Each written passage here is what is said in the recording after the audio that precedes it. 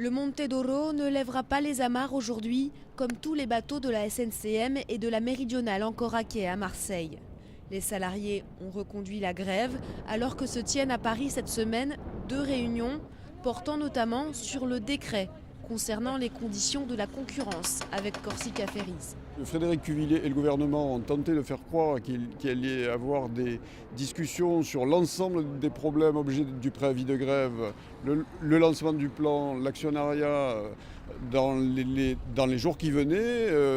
Le week-end a commencé comme ça, mais en milieu de week-end, ils nous ont fait savoir qu'ils refusaient toute réunion. Le gouvernement porte la responsabilité de la prolongation du conflit.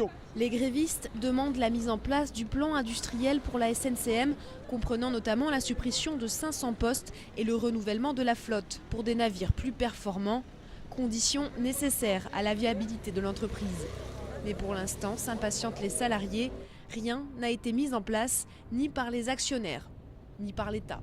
L'enjeu des autorités gouvernementales, c'est les unes après les autres, de trouver les réponses qui permettent de garantir cette viabilité.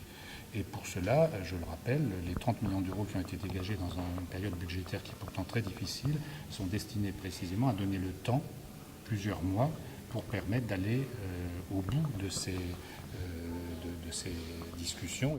À force d'attendre, les grévistes craignent que le plan industriel passe aux oubliettes. Très suivi, selon les syndicats, la grève rassemble tous les personnels, navigants comme sédentaires. Demain matin, une nouvelle assemblée générale décidera de la suite du mouvement.